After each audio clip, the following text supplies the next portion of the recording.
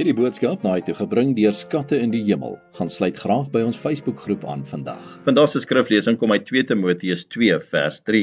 Daar staan: "Ly dan verdrukking soos 'n goeie kruisman van Jesus Christus." Vandag se boodskap is getiteld "Wanneer iemand jou aanval." Daar's twee tipes kritiek: konstruktiewe kritiek en destruktiewe kritiek.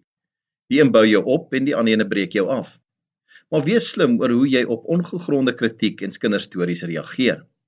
Wanneer jou kritici anoniem wil bly, is hulle nie jou reaksie waardig nie. Daar's 'n verhaal van 'n pastoor wat 'n brief ontvang het met net een woord daarop, naamlik dwaas.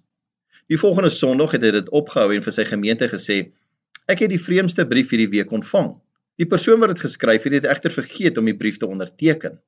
Nou, jy sê dalk, maar hulle probeer om my reputasie te beskadig. D.L. Moody het gesê: "As ek vir my karakter sorg, sal God vir my reputasie sorg." Enige tyd wanneer jy by 'n waardige saak betrokke is, sal mense nie net probeer om jou af te breek nie, maar ook om jou op die grond te hou.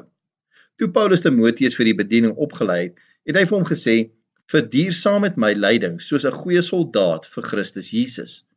Moeilike mense word in ons pad geplaas, nie om ons te verslaan nie, maar om ons te ontwikkel.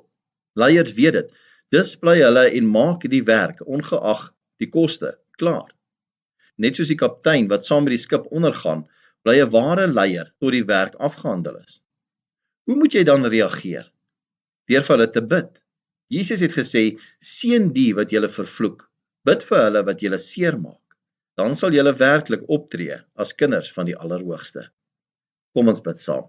Hemelse Vader, Here, ons vra dat die Heilige Gees ons sal lei in ons pad vorentoe, Here, en vir al die hindernisse wat in ons pad lê, Here, dat hy dit vir ons sal gelyk maak.